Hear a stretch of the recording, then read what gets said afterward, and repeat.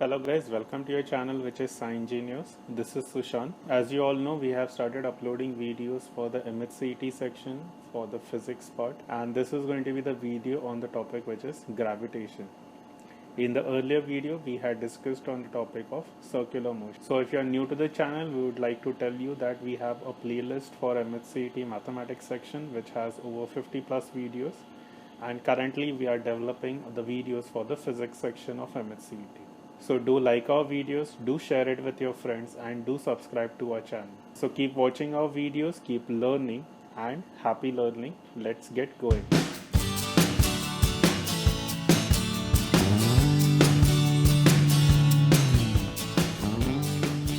So as you know, in the previous lecture we had asked these two questions, wherein they have asked us what is going to be the number of revolution the wheel is going to be performing.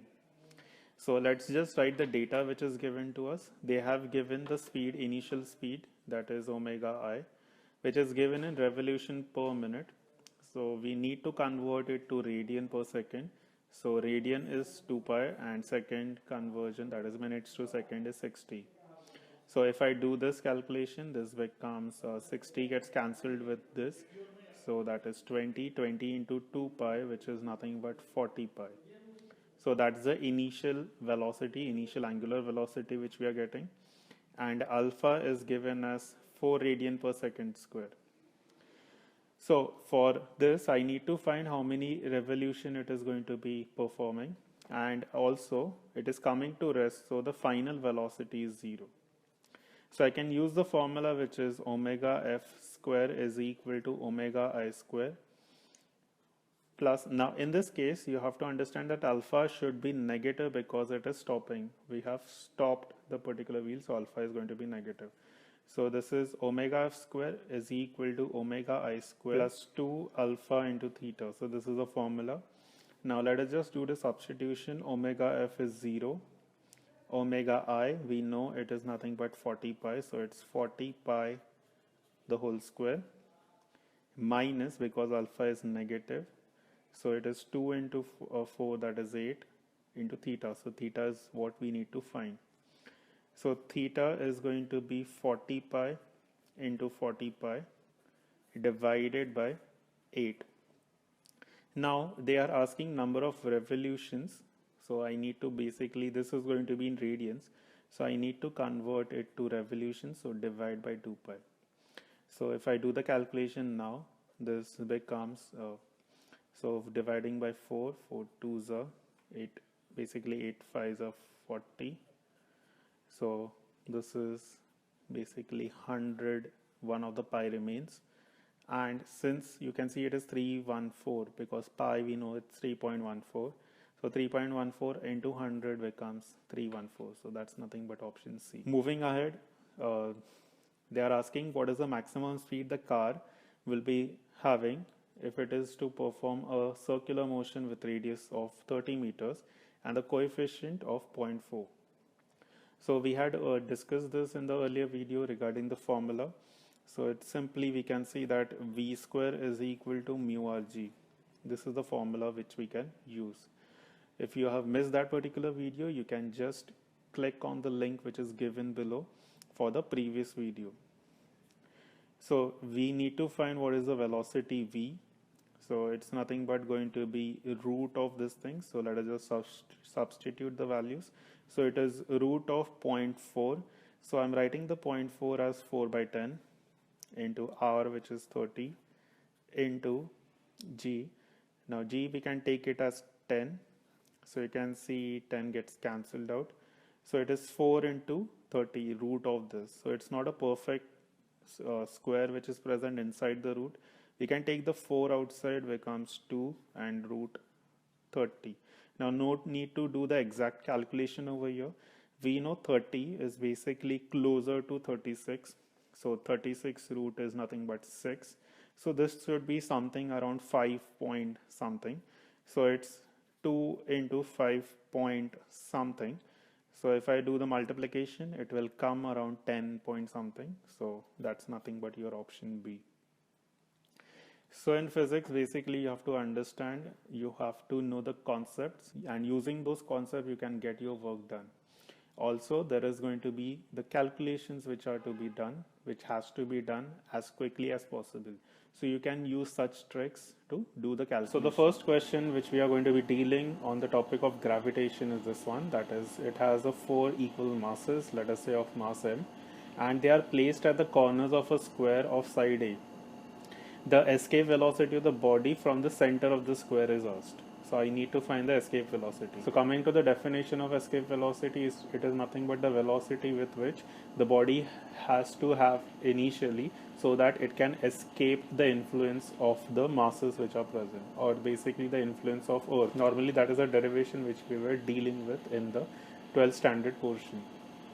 Now in this case, what they are asking us, there are basically 4 masses which are present at the sides of the square, the corners of the square, and each of them are of mass m, and the square is of side A, and there is something which is at the center, and this thing has to escape the influence of these 4 objects which are present.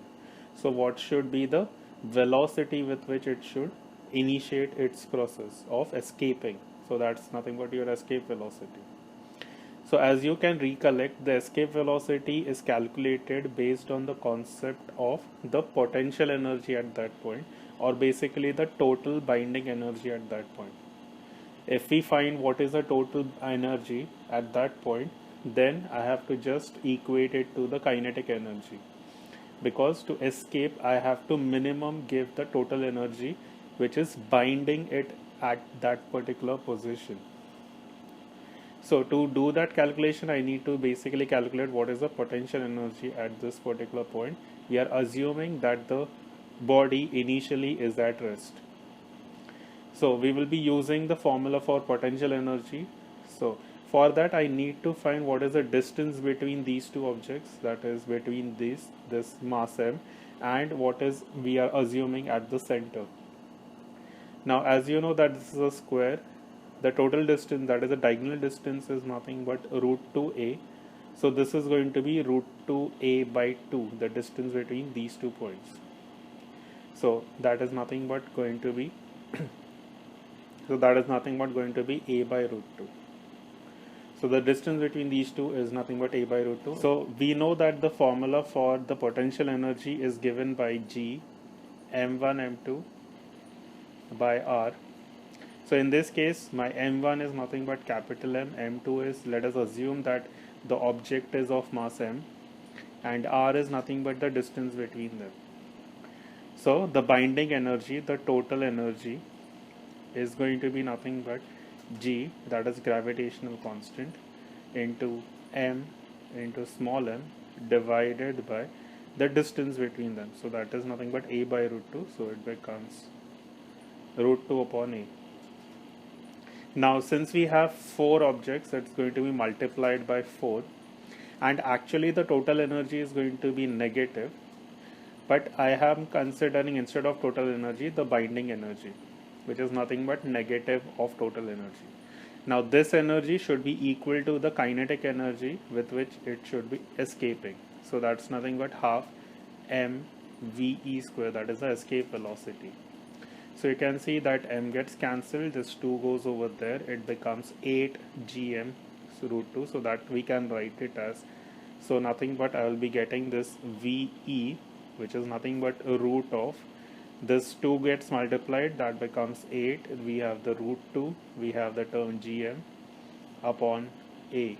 So you can see that's nothing but option B. Coming down to the second one, we have, if the distance between the sun and the earth is increased 3 times, by 3 times, then the attraction between the 2 will be. So we know that the force of attraction between any 2 objects, it's given by the formula G m1 m2 by r square, where in this case we are assuming m1 to be the mass of sun and m2 is the mass of earth.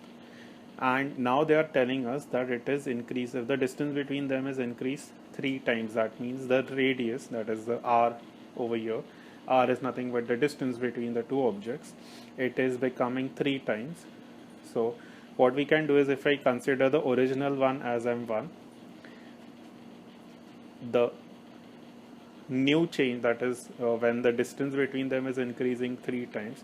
In that case, my g is constant, it will remain as it is, the mass are not changing, so m1 m2 remains as it is, but the distance between them is becoming 3 times the original one. So that's nothing but 3r the whole square, which becomes 9r square. So you can see that this factor is only changing. Now I need to check by how much percentage it is going to be changing. The new minus the original divided by the original into 100.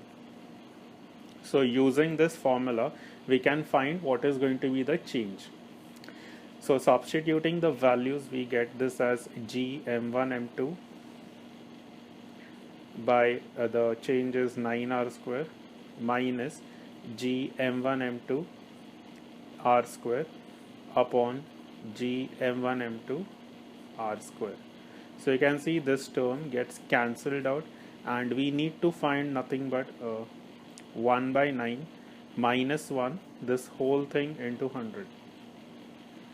So that comes out to be nothing but minus 8 by 9 into 100. So when we calculate this, that is 800 divided by 9, it comes out to be minus 88.88, which is nothing but 89%, which is, and since it is showing a negative sign, that means it is nothing but decreasing. So that's nothing but option D. So coming to the third question, we have an artificial satellite which is moving in a circular orbit around Earth, and the height of the satellite, which is above the surface of Earth, is r. And if it is to be stopped suddenly in its orbit and allowed to fall freely, with what speed will it approach Earth? So let us see diagrammatically what it is telling us. So let us assume that this is Earth, and above this, at a distance of r, we have the satellite which is orbiting Earth. Now what it is telling us, that suddenly it is stopped, and from this point it is going to be coming down towards Earth. So with which, how much velocity it is going to be reaching this point. Now we know that the gravitational acceleration depends on the height at which the particular object is going to be there. Now since my object, that is the satellite, is at a distance of r, the gravitational acceleration at this point is going to be different. It cannot be taken as g. So if I want to find what is going to be the velocity at this point, I have to use the concept of energy conservation. That is, whatever is going to be the potential energy at this point should be equal to the kinetic energy which it will gain at this point. So we are equating the potential energy at this point is equal to kinetic energy at the point on the ground. So that can be done using the formula, that is potential energy is going to be given by gm into mass. Let us say m is the mass of the satellite and capital M is nothing but mass of Earth, divided by, we are going to be having this as 2r, because we have to calculate it from the center of the Earth. Now this potential energy will be equal to the kinetic energy which will be at this particular point. So that is going to be half mv square. So that is going to be half mv square. So you can see that 2 gets cancelled out, and we have the m getting cancelled out. Now in this case, since they have given the answer in terms of g, that is nothing but your gravitational acceleration, and that gravitational acceleration is at this particular point. We know that gravitational acceleration is given by the formula gm by r square. So what we need to do is we need to just make a multiplication by r and division by r, so that this term becomes g. So we are getting that as gr is equal to v square. So v becomes root gr. So you can see that's nothing but option. Coming to the fourth question, they are telling us that the density of Earth is doubled. So if by some way the density is doubled but the radius is still same, then what is going to be the new acceleration due to gravity? So we have to assume that the gravitational acceleration is asked on the surface of Earth itself. So let us just go down to the formula for the gravitational acceleration, which we have already seen in the above example. So we know that G is nothing but equal to Gm by R square. So here we need to figure out how to bring in the term that is density. Now we know that density is nothing but mass by volume, and we can assume that the earth is spherical in shape. So it's nothing but going to be, we have to bring the mass by volume term in this case. So we know the volume of sphere is nothing but 4 by 3 pi r cube. So let us try to bring that term over here. So we need a 4 by 3 pi, and we also need one more r. So accordingly we have to do the changes in the above term also.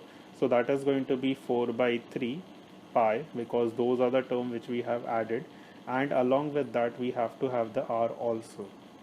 So from this you can see that this term becomes nothing but density, which is, this is the mass of earth and this is the volume of the earth.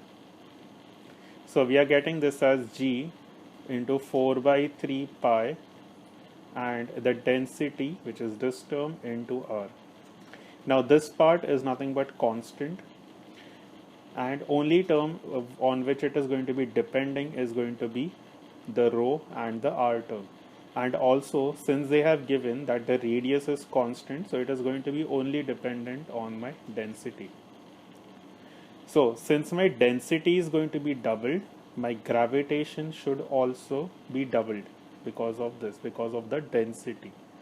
So original gravitational acceleration is 9.8, so we have to just do 9.8 into 2. So that comes out to be 19.6, which is nothing but option B. Now coming down to the next question, which is question number 5. That is, it is telling us that mass of earth is 81 times moon, that of moon, and radius of earth is 3.5 times of moon. We have to find what is the ratio of the escape velocity on earth and on moon. So these type of questions are very popular in Mhtcet, wherein they have given the relation between two masses or two objects, and they are finding what is going to be the ratio of it, or what is going to be the changes which are going to be there in certain quantities. So in this case they are asking us by what ratio is the escape velocity going to be on earth and moon. So what we will do is, first we'll write the relationship which are given to us. So they have related the mass of earth and moon. So let us just write it down. So mass of earth, we can take it as me, is 81 times mass of moon. Next they are telling us about the radius. So radius of earth is 3.5 times that of radius of moon. And now they are asking us for the escape velocity. So we know that the escape velocity formula is given by the formula that is 2gm upon r. So the escape velocity formula is given by root of 2gm by r. So using this we can find the relation between the escape velocity of earth and moon. So we will have escape velocity of earth, let us say capital E is for earth, and escape velocity of moon, this is going to be equal to, so it's going to be root of 2g, because g is constant, m, that is me, sorry, that is for earth, upon re, which is for earth, the radius of earth. Then these terms are going to be for the moon, so 2gm, m mass of moon, and radius of moon. So you can see 2g gets cancelled out, and we can just rearrange the terms. So we will be getting this mass of earth upon mass of moon into the radius of moon upon radius of earth. So now this term is, that is mass of earth is nothing but 81 times radius mass of moon. So I'll be having this as 81. This ratio is going to be nothing but 81. So root of 81. And this ratio is going to be nothing but 1 by 3.5. So 1 by 3.5. So it's root of 81 upon 3.5. So we need to just simplify this, find what is going to be the approximate answer for this. So we can consider this as 35 into 100 into 10.